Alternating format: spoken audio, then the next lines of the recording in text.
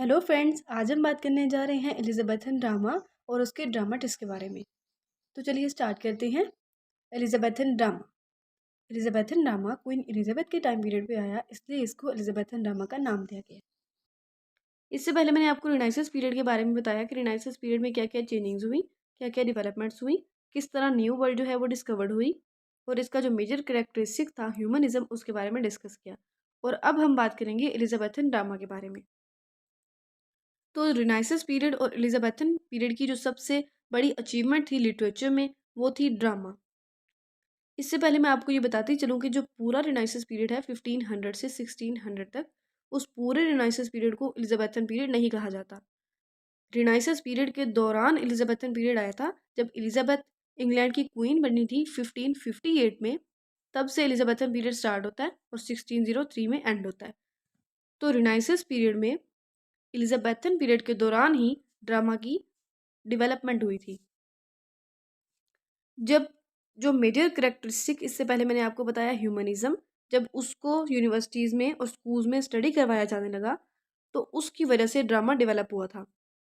सबसे पहले जो है वो ड्रामा को लैटिन में लिखा जाने लगा, उसके बाद फर्दर इंग्लिश में और फर्दर फिर दूसरी लैंग्वेजेस में ट्रांसलेट हो गया। तो ये था एलिजाबेथन ड्रामा। अब बात करते हैं एलिजाबेथन ड्रामेटिस्ट के बारे में। तो सबसे पहले जो ड्रामेटिस्ट आए उनमें आते हैं जॉन स्टील, जिन्होंने अपनी एक कॉमेडी राइट की, ग्रूमर्स कर्टन्स नीडल। अब आप ये ना समझिएगा कि मैं पढ़ा तो ड्रामा रही हूँ लेकिन बता कॉमेडी रही हूँ। तो कॉमेडी, प्लेस, ट्रेजेडी, ये सब जो है ये ड्रामा की फॉर्म्स हैं। उसके बाद जो ड्रामेटिस्ट आए वो थे थॉमस सैकविले, जिन्होंने अपना एक ट्रेजेडी राइट की, गोरबोडोक और फेरेक्स एंड पोरेक्स। ये ड्रामेटिस्ट आए थे लेकिन ये लोग इतनी ज़्यादा फेम इन्होंने हासिल नहीं किया। उसके बाद जो ड्रामेटिस्ट आए उनमें आते हैं university wits. It is a professional set of literary man. ये प्रोफेशनल सेट था लिटरेरी मैन का, जो लिटरेचर राइट करते थे। इनमें 7 पीपल आते हैं यूनिवर्सिटी विट्स में, जिनमें सबसे पहले है Christopher Marlowe, John Lyly, Robert Greene, George Peele, Thomas Lodge, Thomas Nashe and Thomas Kyd. ये सब जो है 7 पीपल यूनिवर्सिटी विट्स में आते हैं। उसके बाद विलियम शेक्सपियर जो सबसे ज़्यादा फेमस थे इस एज के। उसके बाद आते हैं बेन जॉनसन। तो ये सारे ड्रामेटिस्ट थे। अब इनको फर्दर जो है हम एक एक करके डिस्कस करते हैं। तो सबसे पहले आते हैं क्रिस्टोफर मार्लो, जो यूनिवर्सिटी विट्स के 7 मेंबर थे। उनमें जो सबसे ग्रेटेस्ट थे, जिन्होंने सबसे ज़्यादा फेम हासिल किया था, वो थे क्रिस्टोफर मार्लो। तो क्रिस्टोफर मार्लो जो थे ये 1564 में पैदा हुए और 1593 में इनकी डेथ हुई। इन 1587 में इन्होंने अपना पहला प्ले टेम्बुर लाइन जो था वो पब्लिश करवाया। इस प्ले में जो थी, एक शेफर्ड की स्टोरी थी कि उसको किस तरह गॉड की तरफ से पनिशमेंट दी जाती है।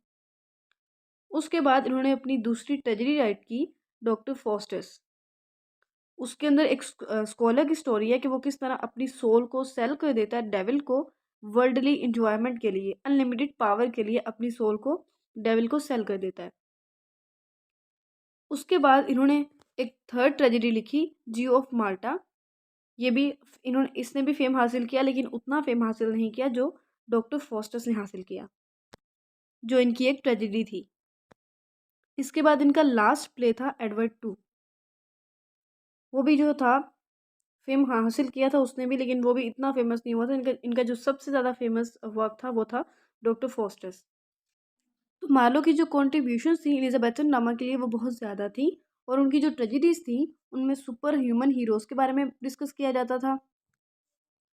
और जो क्रिस्टोफर मार्लो हैं, इनको the father of English dramatic poetry, इनको इंग्लिश ड्रामेटिक पोइट्री का फादर भी कहा जाता है। दूसरे नंबर पे आता है जॉन लिली। जॉन लिली 1554 में पैदा हुए और 1606 में इनकी डेथ हो गई। इन्होंने बहुत सारे प्लेस लिखे, लेकिन उनमें जो बेस्ट प्लेस थे उनके वो ये थे, कोम्पैस्प, सैफो एंड फाओ, एंडीमियन एंड मिडास। ये जो प्लेस थे ये इनके फेमस प्लेस थे, और इनके जो प्लेस थे वो मिथोलॉजिकल थे, पेस्टोरल थे and nearer to the masque. Mythological होता है जिसमें कोई रियलिटी ना हो, और पेस्टोरल जिसमें किसी चरवाहे की या किसी पादरी की स्टोरी हो, and nearer to the masque. Masque का मतलब होता है कि कोई नकाब पहन लेना, कोई नकाब ओढ़ लेना। तो इनके प्लेस जो थे वो इस तरह के होते थे। उसके बाद तीसरे नंबर पे आते हैं जॉर्ज पील। जॉर्ज पील 1558 में पैदा हुए और 97 में इनकी डेथ हो गई। जॉर्ज पील जो थे ये एक एक्टर भी थे और प्ले राइट भी थे, प्ले भी राइट करते थे और एक एक्टर भी थे। इन्होंने बहुत सारे प्लेस लिखे हैं, लेकिन उनमें जो फेमस हुए थे वो सिर्फ 2 प्लेस थे, जिनमें आते हैं the arrangement of Paris and David and Bathsheba. ये 2 इनके जो फेमस वर्क्स थे। द अरेंजमेंट ऑफ पेरिस जो इनका वर्क था, इनकी वजह से क्वीन एलिजाबेथ ने भी इनकी बहुत ज़्यादा तारीफ की थी। उसके बाद चौथे नंबर पे आते हैं थॉमस किड। थॉमस किड 1558 में पैदा हुए और 1595 में इनकी डेथ हो गई।